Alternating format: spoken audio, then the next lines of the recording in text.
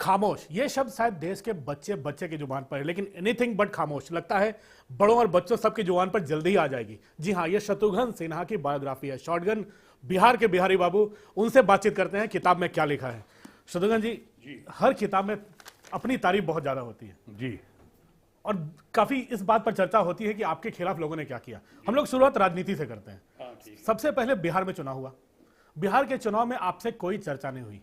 क्या बिहार के सांसदों को नजरअंदाज करना, बिहार के नेताओं को नजरअंदाज करना, ये काफी बड़ी भूल थी? आपने लिखा भी है इसमें, अमित शाह ने आपसे बात तक नहीं की। देखिए, पहली बात तो अमित शाह जी जो हमारे राष्ट्रीय अध्यक्ष हैं, उनको व्यक्तिगत तौर पे मैं बहुत कम जानता हूँ। 1 या 2 बार ही मुलाकात हुई है, लेकिन मैंने बहुत कोशिश की बिहार के चुनाव में उनसे मिलने की। बहुत बार कोशिश की, कुछ हद तक कामयाब नहीं हो सके। और हम बताना चाहते थे, एक तरफ तो मुझे अफसोस हुआ कि मुझे संरक्षण नहीं मिला। जिस तरह आपने कहा कि बिहार के नेताओं को दरकिनार कर दिया गया, मुझसे कोई राय मशवरा नहीं। हमारे क्षेत्र में जिन लोगों को टिकट दिया गया, जिन लोगों को नहीं दिया गया, उसके बारे में कोई मशवरा, कोई राय नहीं। उसके बाद हमें कहीं निमंत्रण नहीं, कहीं आमंत्रण, महीनों से दरकिनार करने की कोशिश करते गए। बिहार में बिहारी बाबू को आप दरकिनार करने की कोशिश करते गए, तो अंतोगत्वा उसका नतीजा भी जो है बहुत अच्छा नहीं आया। लोगों की, अब मैं लोकसभा से हूँ, बहुमत से जीत कर आता हूँ, रिकॉर्ड मार्जिन से जीत कर आता हूँ। देश में चंद लोग हैं जिनको सबसे ज़्यादा वोट शेयर परसेंटेज मिला, उसमें आपके अपने बिहारी बाबू शत्रुघ्न सिन्हा को मिला। उस आदमी की कदर आप नहीं कर रहे हो, तो लाखों उनके प्रशंसक हैं, चहेते हैं, समर्थक हैं, वोटर्स हैं, सपोर्टर्स हैं। जाहिर है उनको बहुत दुख हुआ, हर्ट हुआ। नीतीश कुमार जी ने इस किताब में लिखा है कि if you hurt Bihari babu, that means you are hurting Bihar. आपने ये भी लिखा है शत्रुघ्न जी कि इसमें अमित शाह जी ने दिल्ली चुनाव में कहा 2/3 मेजोरिटी मिलेगी, बिहार में कहा 2/3 मेजोरिटी मिलेगी, और बाकी नेता वही सुर लाते रहे। हाँ, तो 2-3 मिल गई ना। अच्छा, वो 2 तिहाई की बात की आपने। हाँ, 2 तिहाई की बात की थी, तो 2-3 मिली दिल्ली में, और 2 तिहाई की बात हुई थी वहाँ पे। वो हो सकती थी, मिल सकती थी। बाकी तो अलापते, वही राग अलापते रहे, क्योंकि हम लोग एक गुट एकजुट नहीं थे। महागठबंधन एक बहुत बड़ा महा चैलेंज था हम लोगों के लिए। और हमने शुरू से कहा, जब मैं राइटिंग ऑन द वॉल देख रहा था, तो मैं शुरू से कह रहा था कि इस चैलेंज को हम लोग अपॉर्चुनिटी बदल सकते हैं, ग्रेट अपॉर्चुनिटी में। अगर हम लोग एक गुट एकजुट हो जाए, एक फेस दे दें, बिहार का सिपा सालार कौन होगा, किसके नेतृत्व में हम लोग चुनाव लड़ेंगे, दे दो। प्रधानमंत्री को इस तरह इसमें शामिल करना मेरी इच्छा नहीं थी, लेकिन मेरी इच्छा का जब उनको पता चलता था तो मुझे बिल्कुल अलग करते गए। कहीं बुलाया नहीं, प्रधानमंत्री की किसी रैली में नहीं बुलाया। प्रधानमंत्री डैशिंग डायनेमिक एक्शन हीरो हमारे नरेंद्र मोदी को आप इतना ओवर एक्सपोजर दे रहे हो, गली गली, गांव गांव, कस्बे कस्बे, 40 रैलीज करा रहे हैं आप, और नतीजा क्या निकलता है कि हम कहीं नहीं रहे उसमें। कई जगह जमानत जब्त हो गई, 13 14 जगहों पे, जिलों में हमारा खाता नहीं खुला। एक पटना भाग्यशाली है जहाँ की 5 के 5 सीटें, करीब करीब एक सीट छोड़ के फतुहा की, क्योंकि वहाँ मेरा, लोग कहते हैं आपका गुडविल पहले का बहुत अच्छा रहा, तो सारी सीटें पटना में जीते। यहाँ पहले का हमारा काम किया हुआ भी, काम किया हुआ भी रंग लाया, वो जीते। वरना हालत खराब हो गई, पर खच्चे उड़ गए। और हम प्रधानमंत्री, लेकिन एक दूसरा पहलू भी है। आज मुझे महसूस होता है कि अगर हमारा प्रधानमंत्री अगर इतनी एनर्जी लेकर, इतनी ऊर्जा के साथ इतनी मेहनत नहीं की होती, तो आज जितनी सीटें बिहार में आई हैं, करीब 50-53 सीटें आई हैं, या एनडीए मिला के 57 सीटें आई हैं, ये भी नहीं आ। तो किसने किनारे लगाया आपको? आपने किताब में भी लिखा, बिहार के नेता थे या दिल्ली में जो बिहार के नेता हैं वो थे? देखिए, बिहार के नेता, हो सकता है मेरी पॉपुलरिटी से, मेरी अच्छी छवि से, बेदाग छवि से और लोकप्रियता से घबरा कर उनको लग रहा हो कि ये तो बिहार में आ जाएंगे, तो जम जाएंगे, हमेशा जीत रहे हैं। उन लोगों के ना चाहने के बावजूद, मना करने के बावजूद टिकट मिल रहा है, तो रिकॉर्ड मार्जिन से जीत रहे हैं। अब अगर इस बार आए, कुछ हो गया, तो ये तो कुंडली मार के बैठ जाएंगे, यही सीएम बन जाएंगे, यही चीफ मिनिस्टर बन जाएंगे। अब मेरी चीफ मिनिस्टर बनने की ना ही इच्छा है। 2006 में शायद आडवाणी जी ने रांची में कहा था आपको, मैंने शायद उस समय भी आपका इंटरव्यू किया। उन्होंने, उनकी बड़ी ख्वाहिश थी कि एक दिन बिहार का नेतृत्व मेरे हाथों में हो, उन लोगों के साथ में उनके आशीर्वाद से कुछ करूं। 2 बार कोशिश की अटल जी ने और आडवाणी जी ने कि बिहार का मुख्यमंत्री मुझको, मेरी घोषणा हो, लेकिन कुछ लोग अगेन जल भुन के कहें कि जिन कारणों से हट गए। अब मेरी ना इच्छा है ना अपेक्षा है मुख्यमंत्री बनने की, बिल्कुल इच्छा। और मैंने यहां तक कह दिया बिहार के लोगों को, लोकल लीडर्स को, कि given a chance, choice and priority, आज अगर मौका मिलता है तो मैं केंद्र में मंत्री रहना ज्यादा पसंद करूंगा बनस्पत बिहार के मुख्यमंत्री का, क्योंकि केंद्र में मंत्री रहता हूं तो मैं बिहार की भी सेवा कर सकता हूं और पूरे देश की भी सेवा कर सकता हूं। यही आरोप आप पर लग रहा है शॉटगन कि अगर आप मंत्री बनना चाहते हैं और आपको मंत्री नहीं बनाया गया, यही चीज आपके खिलाफ बोला जा रहा है कि आपको मंत्री नहीं बनने देगा इसलिए आप इतना ज्यादा बोलते हैं। अच्छा, अगर आप खामोश नहीं रहते। इसको अगर दो तरह से जवाब दूं, पहला जवाब तो ये है कि मंत्री बनता तो कोई सुरखाब के पर नहीं लग जाते। जिस तरह लता मंगेशकर की आवाज़ ही उनकी पहचान है, शत्रुघ्न सिन्हा का व्यक्तित्व ही उसकी पहचान है। मंत्री बनने से मेरे अंदर कोई सुरखाब के पर नहीं लेंगे शत्रुघ्न सिन्हा, लोग फिर शत्रुघ्न सिन्हा ही लिखेंगे। और दूसरी बात, मंत्री क्यों नहीं बना, क्या कसूर था मेरा?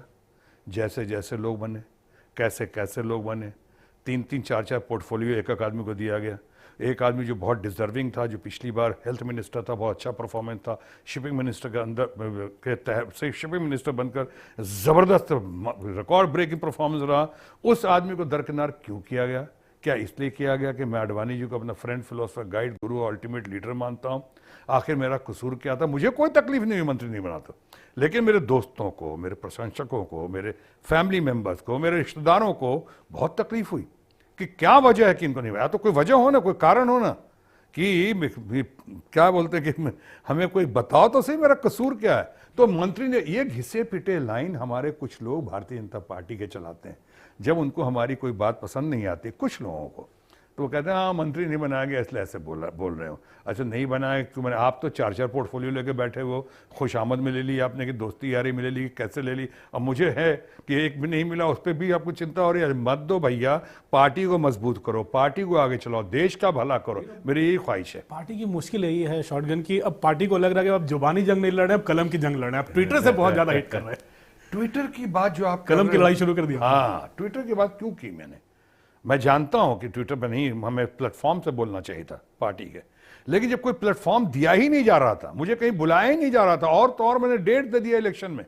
2 डेट्स मुझे अभी भी याद है, 6, 7, 8 अक्टूबर या नवंबर था, और अक्टूबर, और एक बार जब इलेक्शन हुआ था 28 तारीख को, 24, 25, 26, आखिरी 3 दिन, 6 दिन मैंने दिया वहां बिहार में।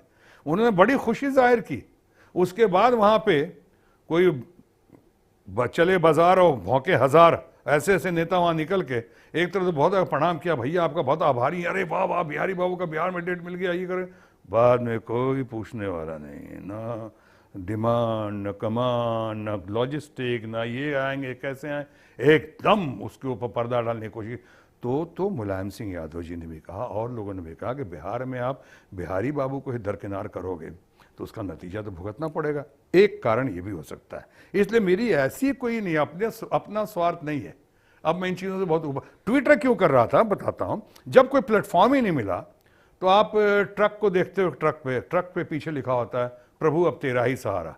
तो मेरे पास जब कुछ नहीं था तो मुझे अपने लोगों से कम्युनिकेट करने के लिए, अपनी पार्टी के बेहतरी के लिए, भलाई के लिए, देश की प्रगति के लिए मेरे पास अब ट्विटर ही तेरा सहारा वो रह गया था, और इसलिए मैंने ट्विटर करना शुरू। अब पार्टी के आपके उन्हीं दुश्मनों को लग रहा है यही ट्विटर बेसहारा करेगा आपको मैं तो पार्टी से।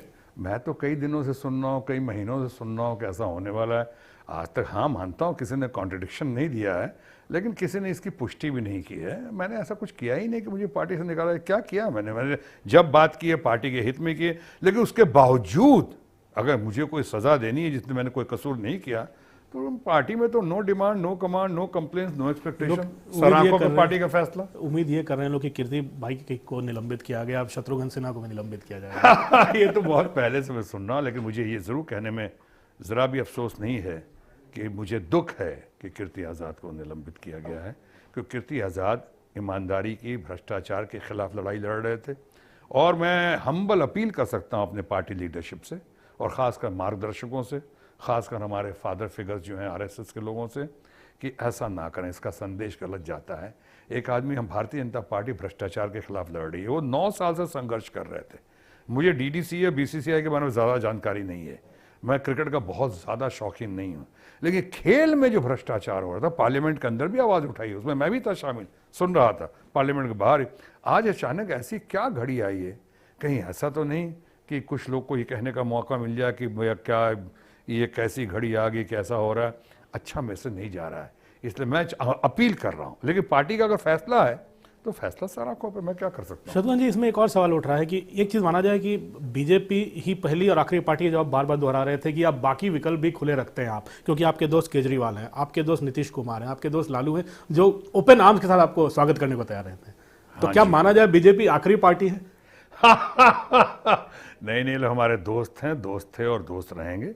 मैं कदर करता हूँ, शिष्टाचार का तकाजा है कि सामने वाला भी या तथाकथित विरोधी भी अगर कोई अच्छी बात करता है तो हम उसे सलाम करते हैं, उसकी सराहना करते हैं। इसका उदाहरण दे चुका हूँ कि अटल बिहारी वाजपेयी जी हमारे भारत के भूतपूर्व और अभूतपूर्व प्रधानमंत्री, उन्होंने इंदिरा गांधी जी को दुर्गा का खिताब दिया था पार्लियामेंट में। तो ये तो स्पोर्ट्समैन स्पिरिट का तकाजा है, हेल्दी स्पिरिट का तकाजा है। जहाँ तक बात रही, इसमें कुछ भविष्यवाणियाँ हुई हैं इसमें, जो उसमें एक भविष्यवाणी ये भी है कि शायद जिंदगी में एक बार ये पार्टी बदल सकते हैं, लेकिन मैंने उसके जवाब में कहा है कि I hope, wish and pray is not true, it never comes true, कि कभी ऐसा ना हो, क्योंकि भारतीय जनता पार्टी मेरी पहली और शायद आखिरी पार्टी।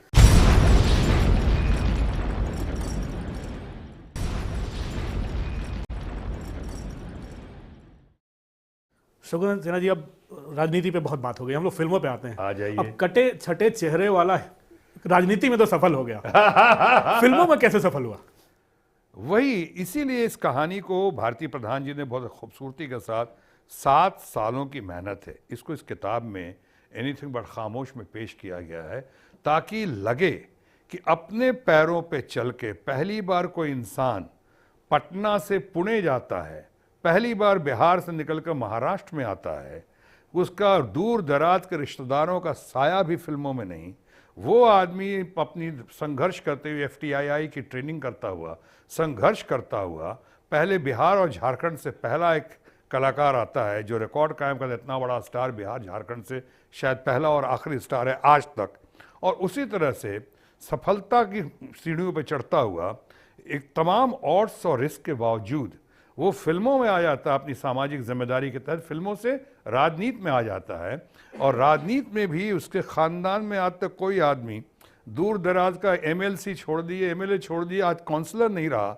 पॉलिटिक्स में भी कोई रहा, वो वहाँ पर आके सीढ़ियाँ चढ़ता हुआ, संघर्ष करता हुआ, नानाजी देशमुख, अटल बिहारी वाजपेयी जी, लाल कृष्ण आडवाणी जी, इन लोगों से सीखता हुआ, इनके साथ मिलता हुआ, साथ चलता हुआ, इनके पद चिन्हों पर चलता हुआ, जयप्रकाश नारायण से प्रभावित होने के बाद आता है, और जो भी ऊंचाइयां हासिल करता है कि भाई भारत में भी एक रिकॉर्ड कायम होता है कि पहली बार कोई फिल्म उद्योग का आदमी फुल फ्लेजेड कैबिनेट मिनिस्टर बनता है।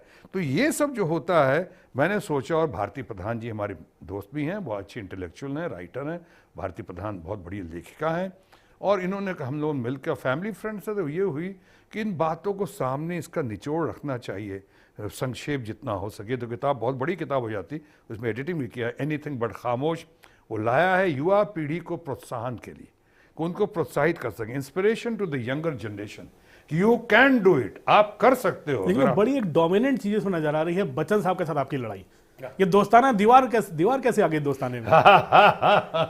अमिताभ बच्चन मेरे बहुत पुराने दोस्त हैं, संघर्ष के दिनों के साथी हैं। आज इस एज में, इस स्टेज ऑफ लाइफ में अब हम लोगों के अंदर मैच्योरिटी है, एक दूसरे से हम गले मिलते हैं, बहुत प्यार है, फिर से पहले जैसा प्यार हो गया है, पहले जैसे दोस्ती है, आज कोई शिकायत नहीं। ये बीच में शायद जवानी का जोश होगा, स्टारडम का तकाजा होगा, पहले हम स्टार बने बहुत बड़े, उसके बाद वो मुझसे भी बड़े स्टार बन गए, फिर कहीं किसी मुकाम पे, किसी मोड़ पे हम साथ टकराए फिल्मों में शायद हम या हमारे समर्थक या हमारी आपने ये भी लिखा हुआ है कि कई फिल्मों में साइनिंग अमाउंट वापस लेना पड़ा, वो आपके साथ काम नहीं करना चाहते थे। हाँ, ये हुआ उस समय तो, लेकिन उसके लिए मुझे कोई शिकायत नहीं, क्योंकि उन्होंने कहा कई प्रोड्यूसर्स ने कि आप वो नहीं करना चाहते हैं, कुछ मेरी तालियों की वजह हो सकती है, जब मुझे तालियां मिलती थी, या कुछ ज़्यादा नाम होने की वजह से हो सकता है, या कुछ हीरोइंस की वजह से हो सकता है, बट जो भी हुआ बहरहाल वो अच्छा नहीं हुआ। लेकिन उस वक्त जो हुआ उससे ये ज़रूर हुआ कि हम दूर होते गए फिल्मों में, रियल लाइफ में दूर होते गए, वो रियल लाइफ में नज़दीक होते गए। मतलब जब भी आप, चाहे आप दोस्ताना देखो, चाहे काला पत्थर में जो आप लोग ढाबे पे बैठे हो वो सीन देखो, वो आज भी लोग याद करते हैं, जिस खूनी निगाहों से आप दोनों ने एक दूसरे को देखा था। शायद वो दुश्मनी का एक मैं हो सकता है उस वक्त उसमें एक था अंदर का जोश या तथाकथित खुंदक अंदर का, वो शायद उभर कर छलक कर आता हो। बहरहाल अमिताभ बच्चन देश के एक बहुत बड़े व्यक्तित्व हैं, एक बहुत बड़े कलाकार हैं, मेरे बहुत अच्छे दोस्त हैं, और अब तो पारिवारिक मित्र हैं वो। इसलिए अब तो है कि उनके लिए सिर्फ मेरे दिल में सिर्फ अपार प्रेम है, श्रद्धा है, उद्गार हैं, बस। कई फिल्मों में आपने एक्टिंग की भी कहा है, पा में उनकी एक्टिंग पसंद नहीं आई, जिसके लिए पूरी दुनिया उनकी तारीफ कर रही थी। नहीं, उसको थोड़ा गलत समझा। मैं आज भी कह सकता हूँ, अमिताभ बच्चन की एक्टिंग से ज़्यादा पा फिल्म में उनके गट्स की तारीफ होनी चाहिए। जो गट्स है सॉरी, शायद मैं नहीं कर पाता, शायद, क्यों वो बनना, वो कैरेक्टर को लेना, अपने बेटे को ही अपने बाप के रोल में पेश कर देना, विद्या बालन को माँ के रोल में पेश कर देना उसको। लेकिन उसमें सबसे बड़ा अगर कोई एक्टर रहा उसमें जिसकी वजह बहुत तारीफ होनी चाहिए, तो मैं समझता हूँ कि मेकअप मैन, जो टेक्निकल साइड रहा, जिसने वो बनाया उनको ये करके। सो अमिताभ बच्चन तो बहुत अच्छे एक्टर हैं, उनकी हमने बहुत तारीफ की। ब्लैक में गजब की एक्टिंग करते हैं अमिताभ। हमने तो कह सकते हैं अब दीवार नहीं है। दीवार तो मैंने देखी नहीं कि दीवार तो लोग आप दोनों के बीच अब कोई दीवार ये नहीं। तो मेरे लिए लिखी हुई थी फिल्म। लोग कहते हैं दीवार तो मेरे लिए लिखी गई थी, दीवार नहीं देखी। शोले में वो भी मानते हैं और जानते हैं वो रोल जो उन्होंने किया वो मेरे लिए था, मैं उसको ना कर सका कुछ कारणों से। लेकिन कोई शिकायत, अच्छा अगर मैंने नहीं किया उसका अफसोस है, पर अमिताभ बच्चन ने किया उसकी बहुत खुशी है कि देश को एक इतना बढ़िया कलाकार उभर कर मिला सामने। सो अब दीवार अब कोई नहीं है दिल में, प्यार है, सिर्फ प्यार है। चलिए अब बच्चन साहब से थोड़ा सा आगे बढ़ते हैं। शत्रुघ्न जी, आपके जो फिल्मी कैरियर है इसमें बड़े आपके किस्से बड़े मशहूर हैं। जवानी के दिनों में गुस्सा बहुत था, लेकिन आपकी इश्कबाजी के किस्से बड़े मशहूर। अच्छा, बहुत जान है अभी भी अब बहुत क्या, कौन से किस्से जानना? कई छोटे थे तो आपके रीना राय के संबंधों के बारे में आपने कुछ कहीं कहीं पासिंग रेफरेंस भी दिया हुआ है कि आप जब वो लंदन गई तो आपने दिल्ली में, यहाँ इंडिया में शादी कर ली। देखो, मैं रीना रॉय के बारे में मेरे दिल में बहुत बहुत ही सम्मान है। मैं उनका बहुत ऋणी हूँ। आई एम ग्रेटफुल, बहुत ग्रेटिट्यूड है उनके लिए, बहुत ही अफेक्शन है, बहुत ही लव है। लेकिन इस कहानी में किसी दोस्त ने, और आज वो सेटल्ड हैं, मैं सेटल हूँ, तो इसलिए अपनी डिग्निटी को उनकी डिग्निटी का ख्याल रखते हुए अब इन बातों को ज़्यादा कुरेदना ठीक नहीं होगा। लेकिन इतना ज़रूर है कि मेरे किसी दोस्त ने लिखा है इस किताब में, ऑर्थोपेडिक सर्जन हैं बहुत बड़े अमेरिका में, और मेरे बचपन के दोस्त हैं डॉक्टर उपेंद्र सिन्हा। उनसे जब पूछा गया तो किताब में लिखा है, मैंने अभी सुना और अभी देखा, और वो कहा है कि रीना रॉय जो हैं, she loved him, Mrs Poonam Sinha worshipped him. तो अब आप खुद बताइए, चुनना अगर वर्शिप्ड और लव्ड में, तो आप खुद सुन लीजिए, सोच लीजिए किसको आप चुनेंगे अगर आपकी ऐसी घड़ी होती। बहरहाल जो हुआ अब पुरानी बात है, लेकिन हाँ, ऐसे मामले में कई बार आदमी को जोश तो होता ही है, पर कई बार आदमी को गिल्ट का भी शिकार होना पड़ता है। और इसलिए आपसे बातचीत करते हुए आप देख रहे हैं कि मैं थोड़ा सा कुछ हद तक अपने गिल्ट को भी दबा रहा हूँ। थैंक यू शत्रुघ्न सिन्हा जी, बातचीत करने के लिए बहुत बहुत धन्यवाद। लेकिन हम जाते जाते दर्शकों को चाहेंगे कि आप दर्शकों को वो जली को आग कहते हैं, एक बहुत पुराना डायलॉग है आपका, हमारे दर्शकों को सुना कर जाए। जली को आग कहते हैं, बुझी को राख कहते हैं, जिस राख से बारूद बने उसे विश्वनाथ कहते हैं। एनीथिंग बट खामोश। धन्यवाद।